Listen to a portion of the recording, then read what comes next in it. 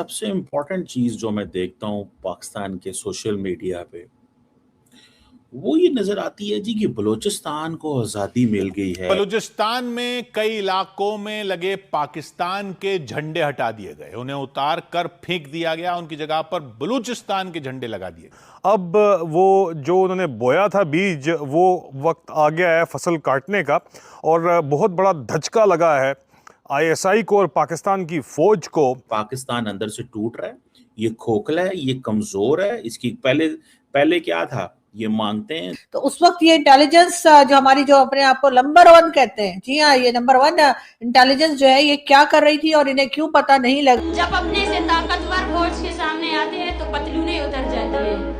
दुनिया की जंगी तारीख में 90,000 फौजियों ने जो इकट्ठे हथियार नहीं डाले। अब रिपब्लिक ऑफ बलूचिस्तान के नाम से पहचाना जाएगा। इतना ही नहीं, रिपब्लिक ऑफ बलूचिस्तान के लिए अलग राष्ट्रगान, राष्ट्रभाषा का भी ऐलान किया गया है। जनाब, ये इनके तो बुरे हालात हैं, इनकी तो पास पैसे नहीं है। हम कटोरा लेके घूमते हैं, इंडियंस ने वो नैरेटिव पकड़ लिया कटोरा वाला। क्योंकि इस टाइम पूरे social media, main stream media, Pakistan का हो, इंडिया का हो, बलूचिस्तान के बारे में जिक्र किया जा रहा है। इवन भारतीय मीडिया का तो ये कहना है कि बलूचिस्तान ने पाकिस्तान से अलहदगी का ऐलान कर दिया है। बहुत से उनके मीडिया चैनल्स इस चीज पर बात करते नजर आ रहे हैं।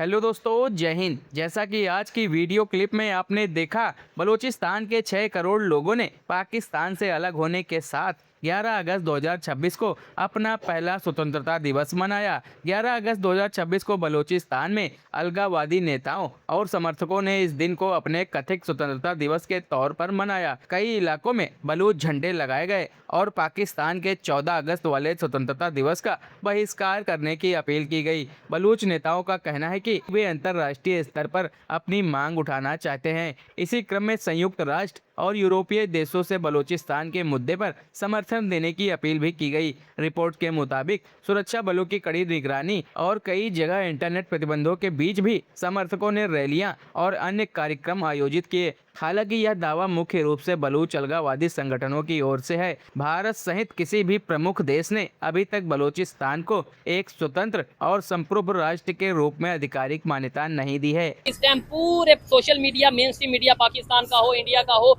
बलूचिस्तान के बारे में जिक्र किया जा रहा है। इवन भारतीय मीडिया का तो ये कहना है कि बलूचिस्तान ने पाकिस्तान से अलहदगी का ऐलान कर दिया है। बहुत से उनके मीडिया चैनल्स इस चीज पर बात करते नजर आ रहे हैं। वाकई में बलूचिस्तान पाकिस्तान से अलग हो सकता है, या हो चुका है, या होने वाला है। इस पर पंजाब की, लाहौर के लोगों की क्या सोच है, इस वीडियो में जानेंगे। और जो मेरी पर्सनल ओपिनियन है वो भी मैं आपको साथ साथ बताऊंगा। बताइएगा, फिर तो आपसे बात करके जाहिर बात अच्छा लगेगा, क्योंकि आप ऑलरेडी यूनिवर्सिटी में पढ़ा रहे हैं, इसका मतलब है नॉलेज होगा। क्या कहना चाहेंगे इस टाइम पाकिस्तान की ओवरऑल मौजूदा जो सूरत हाल है, चाहे वो पंजाब हो, बलूचिस्तान हो, कश्मीर हो, सिंध हो या केपी के हो, क्या सिचुएशन चल रही है? मेरे हिसाब से, मेरी मालूमात, इंफॉर्मेशन के मुताबिक इस वक्त पाकिस्तान के हालात बेहतर नहीं है। अच्छा।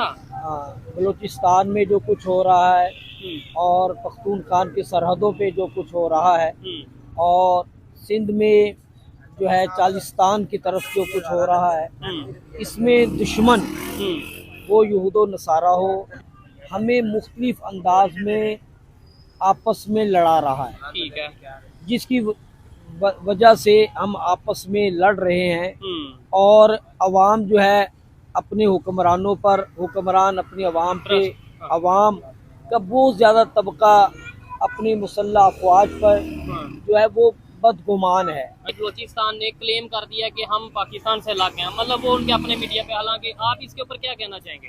मेरे ख्याल से इसमें हमारे हुक्मरानों का किरदार कुछ कई सालों से मनफी रहा है। अच्छा, नेगेटिव रोल रहा है। जी बिल्कुल।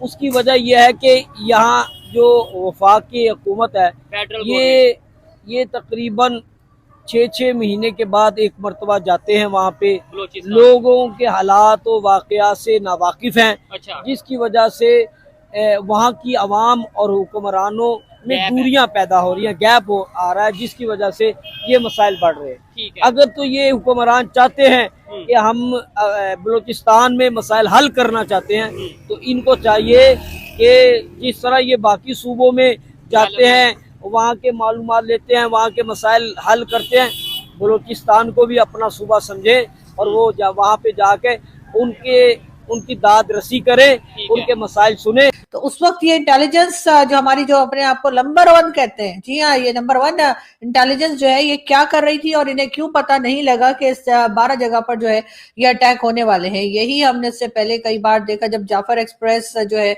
उसको हाईजैक किया गया और कई दूसरी जगह पर जब बलूचिस्तान में अटैक होते हैं तो अब यही कहानी सुना देते हैं कि जी यहाँ पर जो है वो अचानक से अटैक हुआ है और जी हमले या अटैक जो है वो नाकाम बना दिए। जी ये अटैक नाकाम नहीं है, ये कामयाब अटैक है, क्योंकि 12 जगह पर उन्होंने ना सिर्फ ये कि आपके सिक्योरिटी फोर्सेस का नुकसान किया है, 12 जगह उन्होंने अटैक करने में वो कामयाब रहे हैं, लेकिन यहाँ पर क्योंकि अपनी जान बचानी होती है, अपनी जो नाकामी है उसको छुपाना होता है, तो इसलिए बार बार यही कह दिया जाता है कि जी ये जो अटैक्स थे ये नाकाम रहे।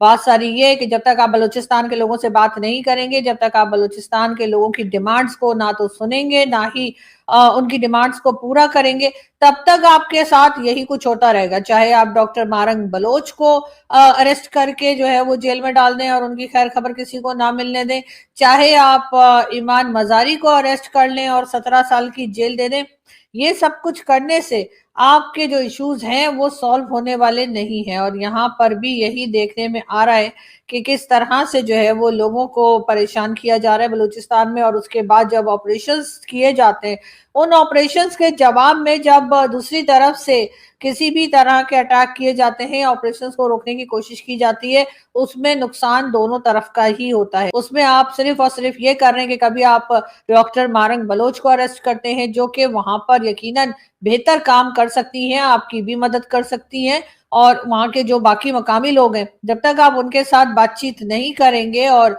उनसे बात करके वहां के लोगों के जो मेन इश्यूज हैं जिसके लिए प्रोटेस्ट होता रहता है बलूचिस्तान में, अगर आप उसके ऊपर नहीं जाएंगे और उन मामलात को नहीं आप समझेंगे या समझने की कोशिश करेंगे या खत्म करने की कोशिश करेंगे, तब तक आपके हालात जो हैं वो इसी तरह से रहेंगे, इससे भी खराब हो सकते हैं। और हमें हरगिज 71 नहीं भूलना चाहिए। आप क्या चाह रहे हैं कि जैसे 71 में बांग्लादेश बना और आप अभी तक रोते हैं कि जी भारत ने कर दिया, तो क्या बलूचिस्तान और केपीके के साथ भी आप यही चाह रहे हैं? इसीलिए आपने कभी डॉक्टर मारंग बलोच को अरेस्ट किया तो कभी आपने ईमान मजारी को अरेस्ट किया, जो कि नहीं होना चाहिए था। ये दोनों लेडीज जो है वो बलूचिस्तान के लोगों के साथ खड़ी थी, बलूचिस्तान के लोगों के लिए काम कर रही थी, उनकी मदद कर रही थी, उनकी जो डिमांड्स जब आप तक पहुंचाने की भी कोशिश की जा रही थी, लेकिन आपने सब कुछ सुनने के बजाय उन लोगों को ना सिर्फ ये कि अरेस्ट कर लिया, बल्कि उनके उसके साथ साथ उन लोगों के ऊपर जिस तरह से जुल्म किए जा